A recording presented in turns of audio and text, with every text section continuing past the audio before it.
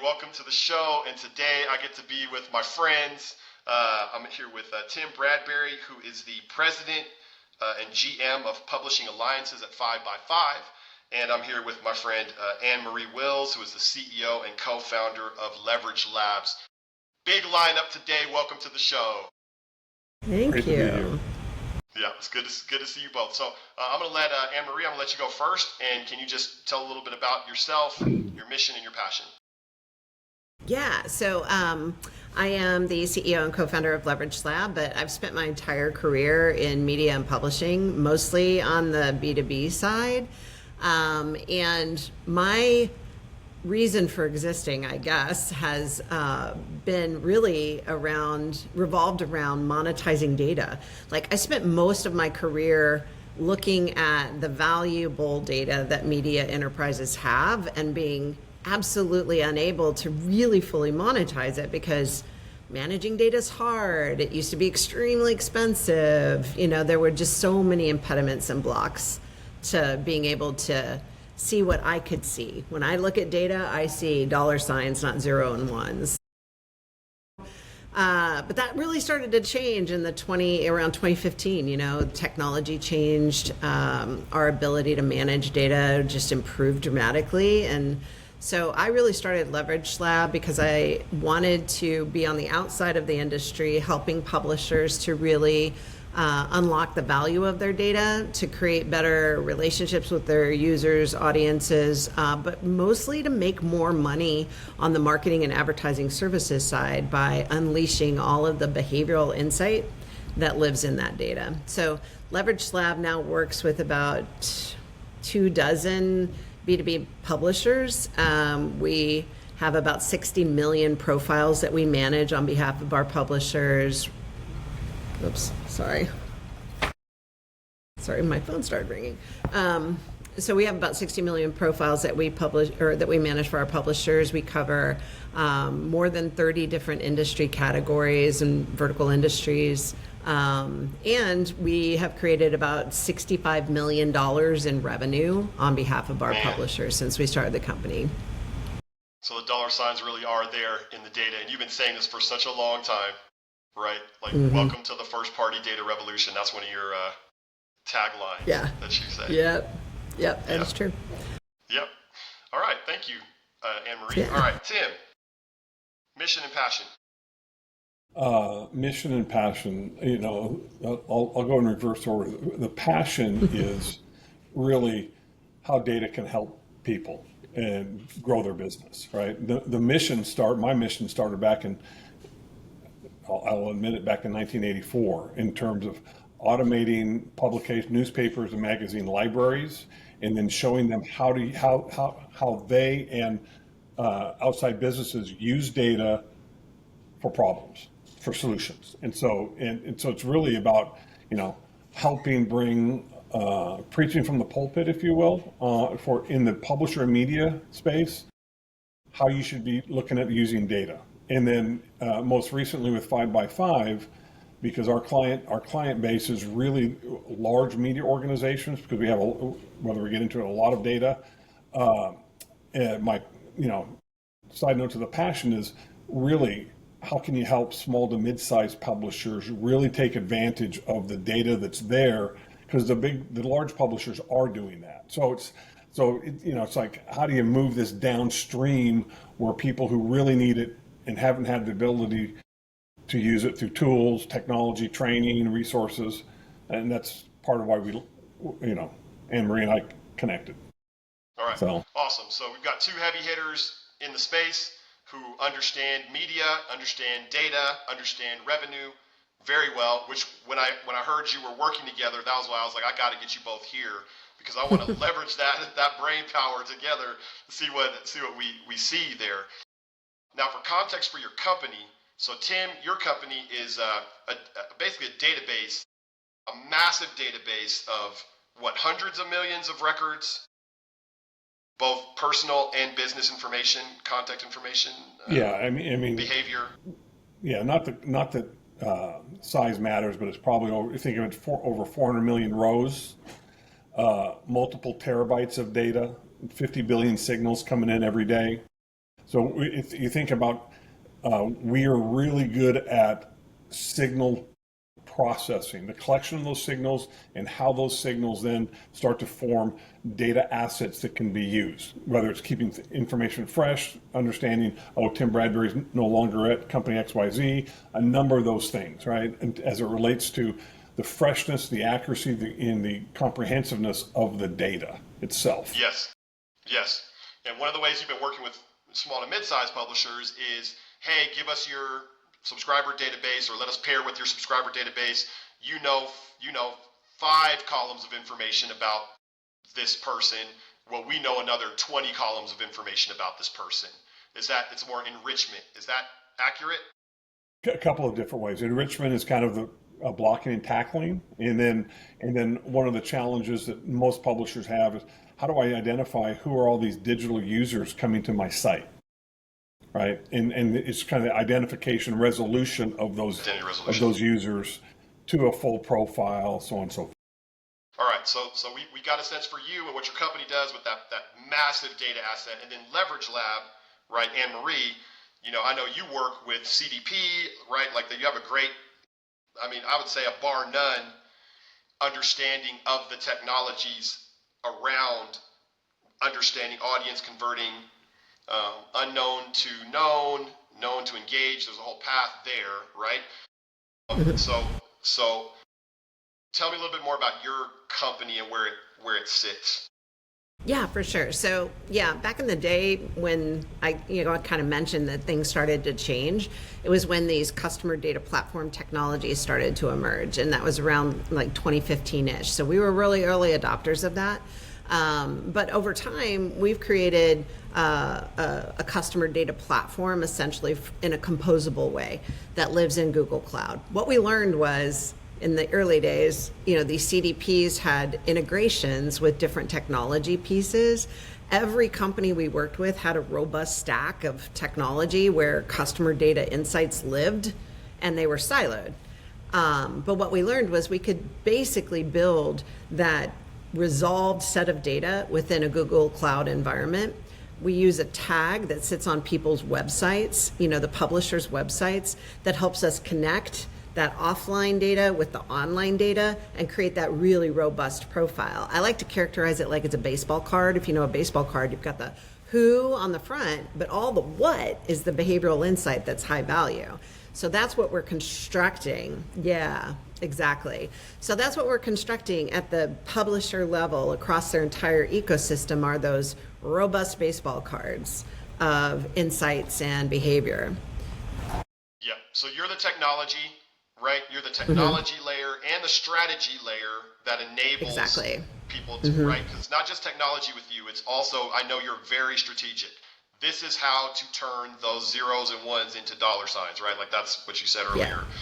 Yeah, I like to say that basically there's like this gulf that exists between, or a gap that exists between, I have data and I'm making money from it.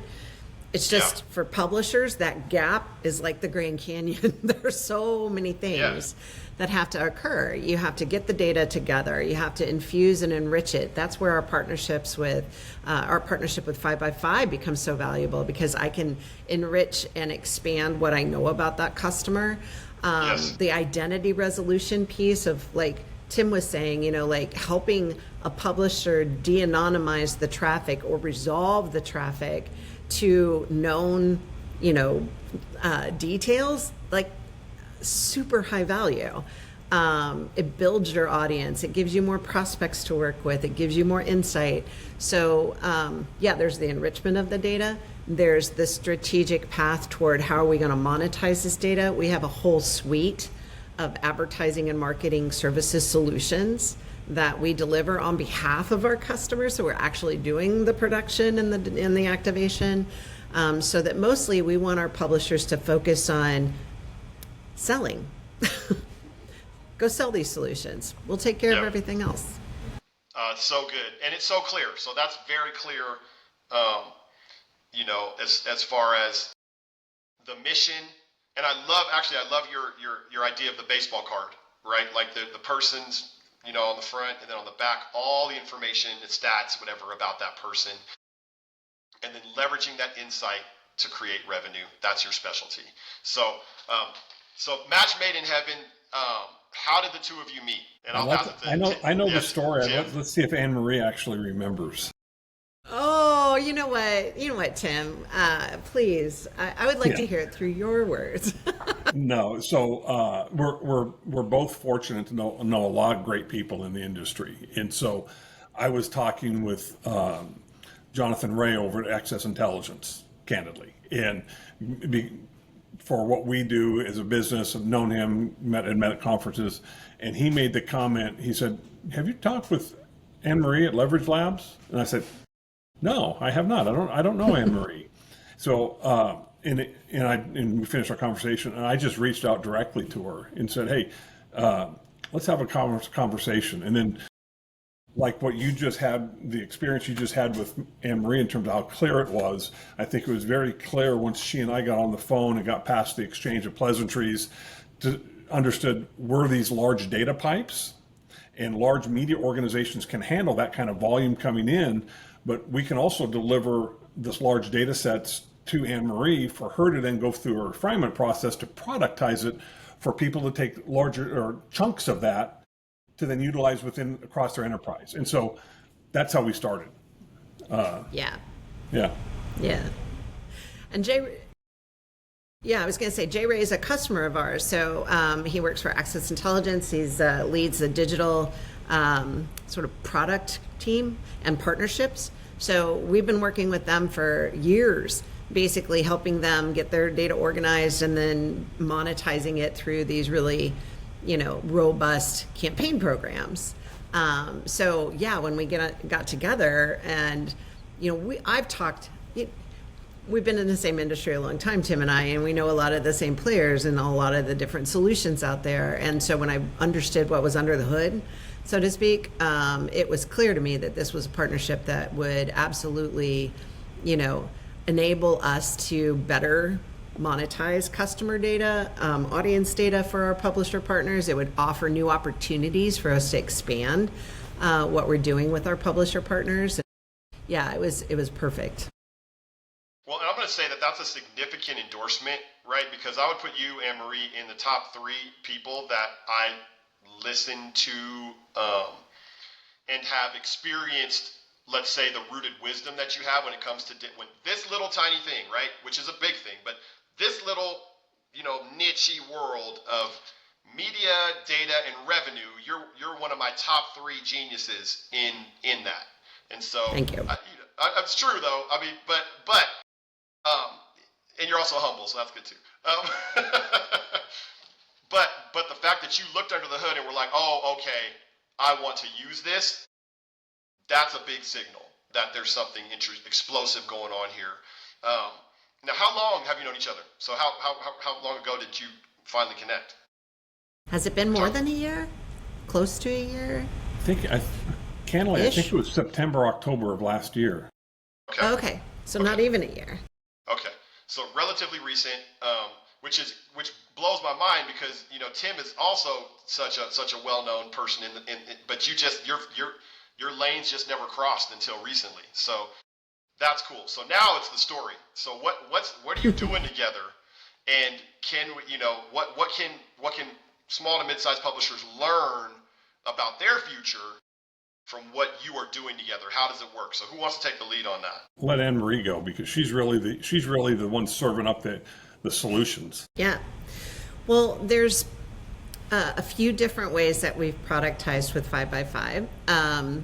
The most, I would say, sort of basic is as an enrichment product. So an enrichment, I'm going to focus on sort of the additional details that you can get about an individual person that are high value to most publishers. Like, who is this person from a work perspective? Like, what is their job function? Where do they work? Who is this person from a personal perspective? What does their household look like? What is their income? What is their wealth? These are all details that we can gain from the 5x5 data set. So for B2B publishers, that enables us to do a couple of really important things. One is fill in the gaps, fill in the holes where we don't know a person. I hear this all the time, especially in the B2B space, where publishers are delivering like lead-based programs, but their customer, the advertiser, only wants to get a business-based, perspective on that person. But maybe the publisher allows people to use their Gmail account as their authentication. So it's a way for us to, again, fill in those gaps, provide more insight about the people themselves. The other way that 5x5 is blowing my mind right now is around addressability. So when we talk about using audience data to create revenue, a lot of what we talk about is addressing audiences in the digital space. Like, I have an audience, I can address them in my owned and operated space as a publisher, but I can also address the people out there in the broader digital space. And that is a pathway to making more revenue. But if all I have is one email address for a person, I might not have a great chance to sort of match that person out in Instagram, Facebook, LinkedIn, Snapchat, TikTok, list goes on and on and on. 5x5 does a really remarkable job of bringing together more points of addressability for people, more digital addressability. So if I have 10,000 high value audience members over here, and normally I'd just take the email address that I have for them and hand that to LinkedIn and say match these people, I might get 20-30% of those people to match. But what I'm seeing with 5x5's data is we might get 70-80% of those people to match. So that's just money in the bank right there. Yes. Because I can reach more eyeballs. So those are kind of really basic ways. The other ways that we're using 5x5 is to sort of resolve audience that is connecting with us on the web, but we might not be able to connect them back to that baseball card.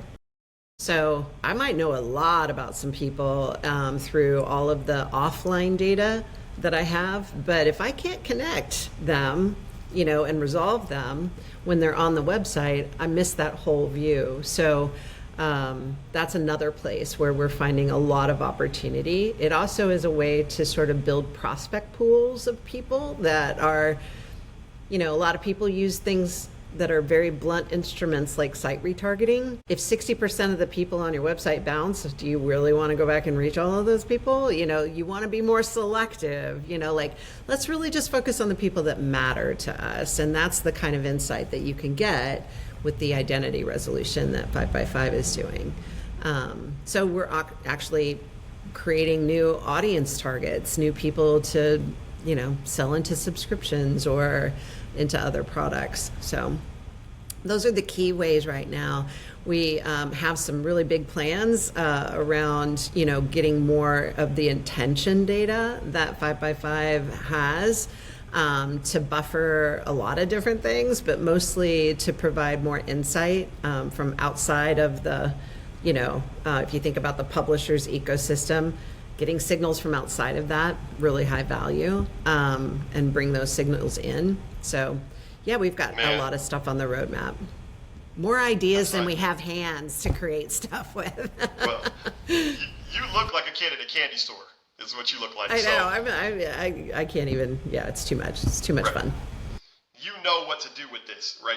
It's like you had the infrastructure and the knowledge and the strategy and the technology, everything, to know what to do with that kind of an influx of data and information.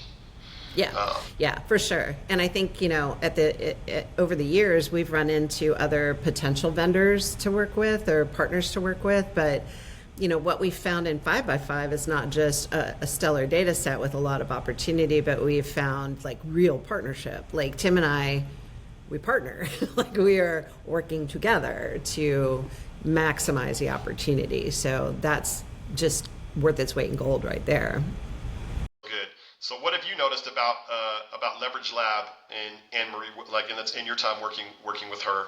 Let's get some of your perspective on the relationship. So I think she and her team epitomize customer first. right? It's all about the customer. I mean, they put the customer first, their objective of what they're trying to accomplish. And so how, we try to then with the data share, okay, how we can help match, what do we have that can match that? Because, it's just like an iceberg. You can see 10% of what the data that we have. We might have 90% more that's there that's not being commercialized right now. It's just because it's not everybody across our entire platform wants that. So it's really staying, like she said, as a partnership, staying in close contact about what are the needs and what are you hearing. And then because of the client base, the clientele that I'm working with, much larger ones, what are they doing with some of the data? And then share generically, don't give away trade secrets, but what are they doing to help her and her clients to kind of move this to a much smaller, mid-sized marketplace? So it's kind of that collaboration of what are we hearing on both sides to say, how do we build better data solutions to drive revenue, to drive audience growth, and so forth. So. Well said. This is so good. All right, so just already, this is gold. This is a golden interview. There's a lot here that we could mine for a long time. But I think what I'm going to do right now is come back to you, AnnMarie, and ask, for the publisher that's sitting there and saying, help me get a basic conception of the value of my data. Because Guy Tasaka, do you both know Guy Tasaka? I think I don't know him personally. Okay. I don't. Yeah.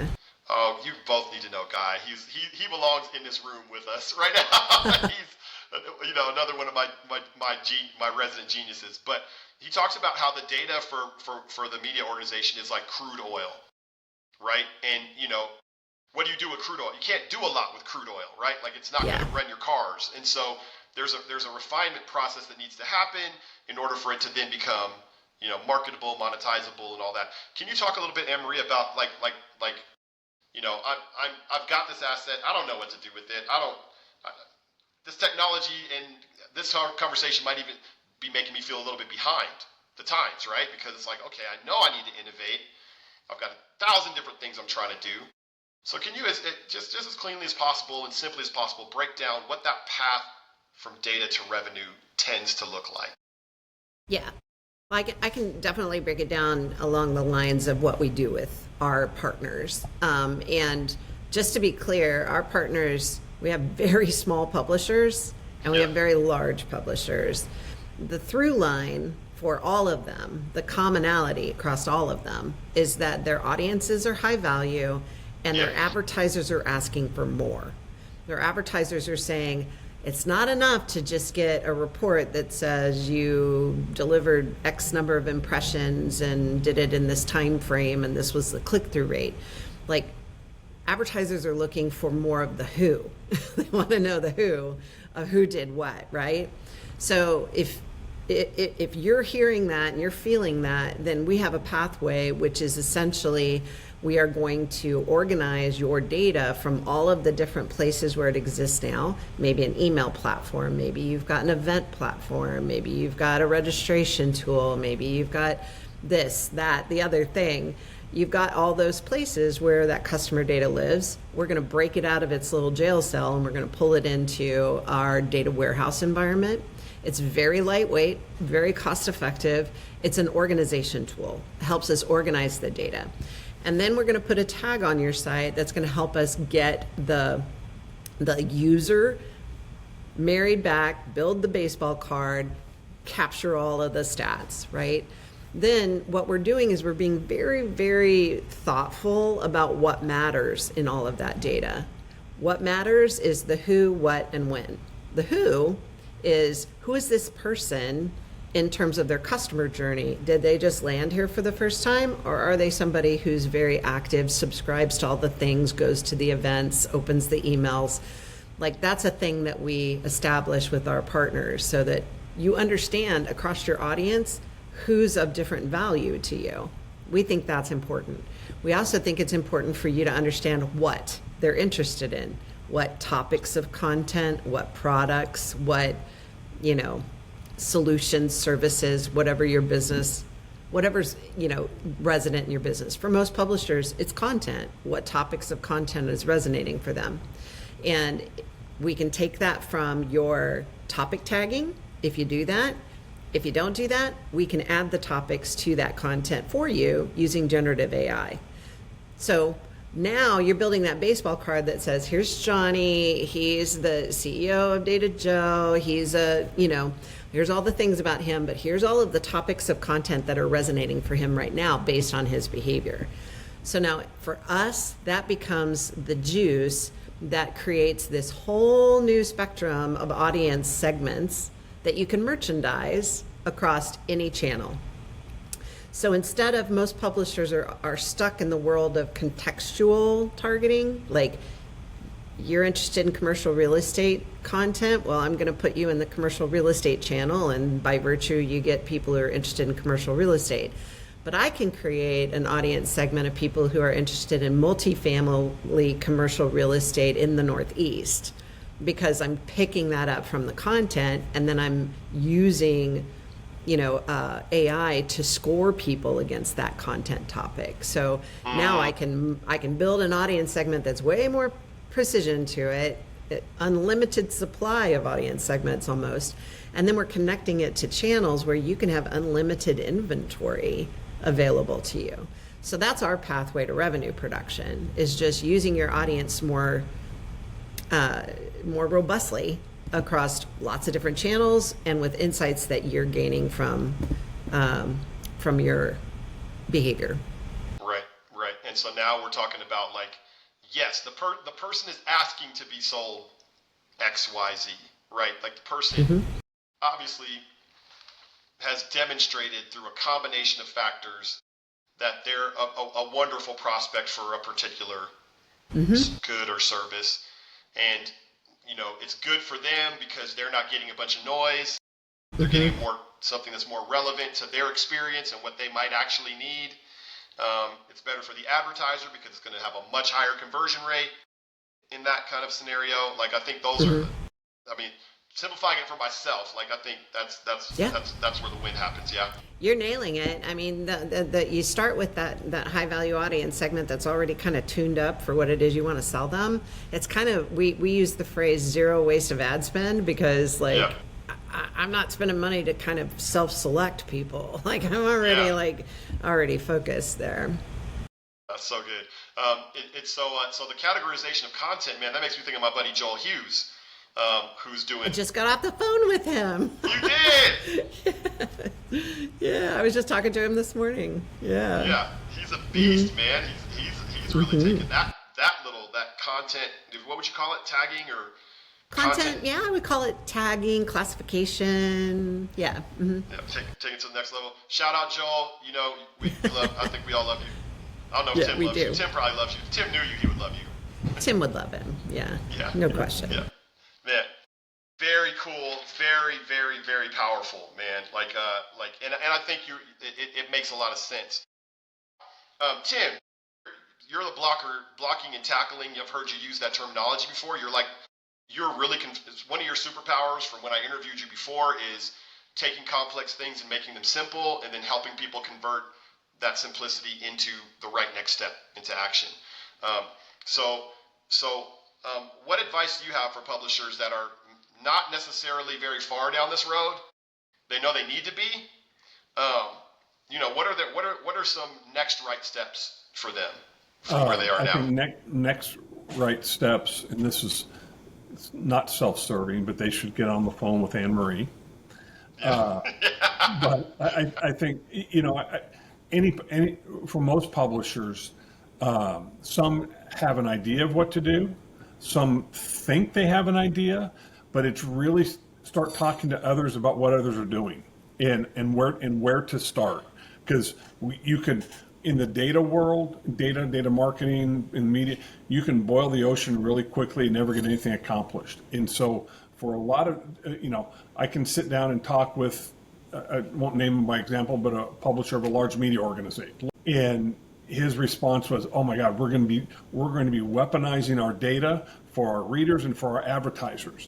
The challenge is he understood that his sales team does not. So we have to start blocking and tackling, building success upon success upon success to help educate and see the results as you go along this process. So it's really where's your initial pain points or your most significant pain points today, and where can you start, and then building success upon that. I see that a lot. Because it can get easy to chase the bright, shiny thing. Yeah. And how is this, let's talk about this for a second. How is this not just another bright, shiny thing?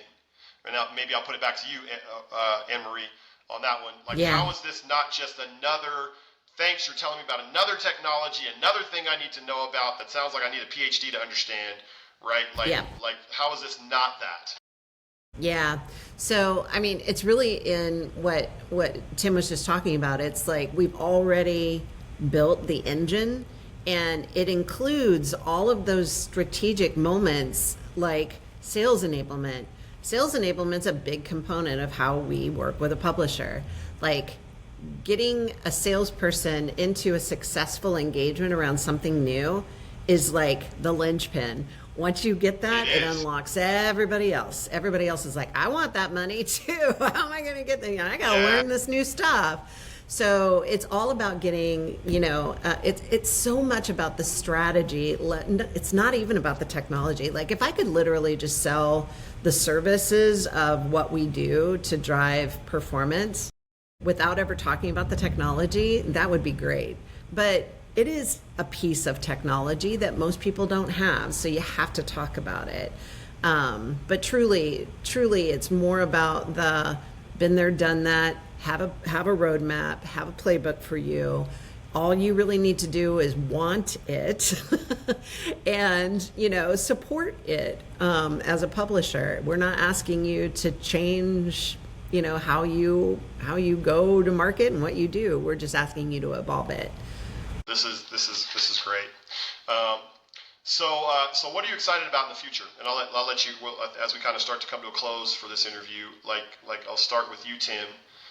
What's lighting you up? What's exciting you about the future? Media, data, revenue. Go to him. Boy, what's exciting? I think what excites me is that you can see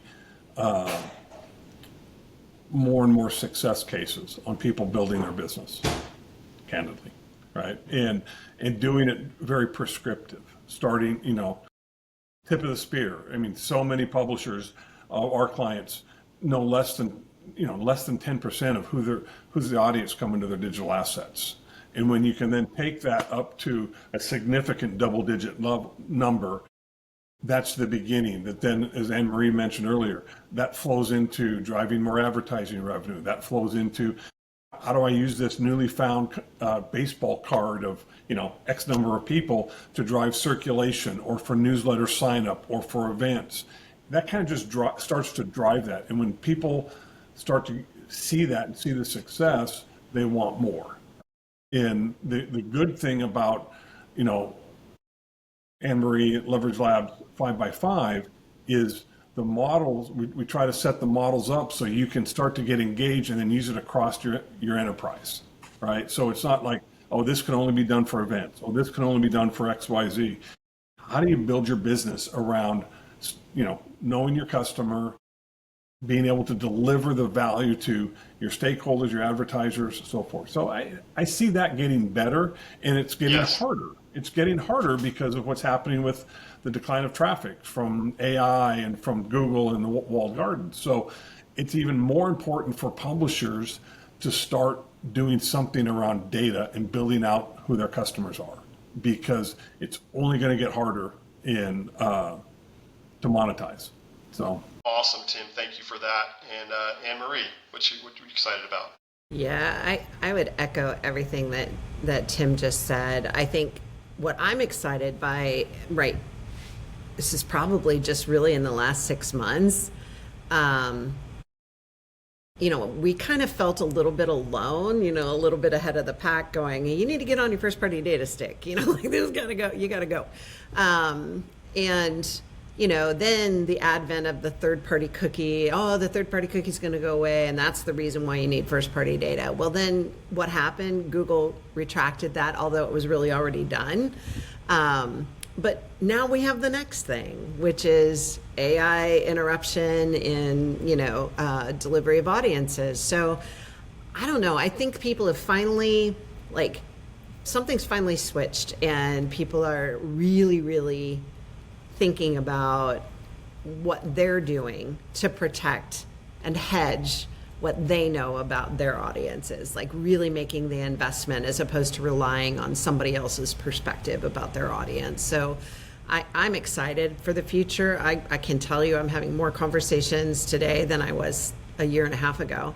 And I think people are excited about what this could mean for their business. And like Tim said, it's really fun, and it is my passion when I can help them sort of transform, head in that new direction. So for me, this is like golden hour. It's like things are really good.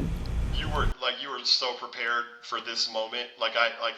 Yes, every time I've talked with you, man, and I think about back in the days, your story, kind of your origin story, where you were sending out, I think, niche newsletter, niche mailers, or Direct something mail. like that. Direct mail Subscription offers. Yes, and you're thinking, what if I could segment this? Wouldn't that be cool? And you couldn't, and you ran up against a wall because the technology hadn't caught up at that point. Yeah. Back then it was like moving heaven and earth. I worked for a big newspaper. I had like 40 people working for me, and all I was doing was like, make it more personalized. And, it was great, but completely unsustainable and incredibly expensive. And nothing was working in our favor at that time, but things have changed. It's a different world. Mm-hmm. You're getting to live in the world that you dreamed about, which is cool. It's cool to watch. It's cool to see you light up. It's cool to, it's cool to see your success. And same for you, Tim, man. I know you've been doing this for a long time. Both, veterans in the media industry, highly respected, vetted people.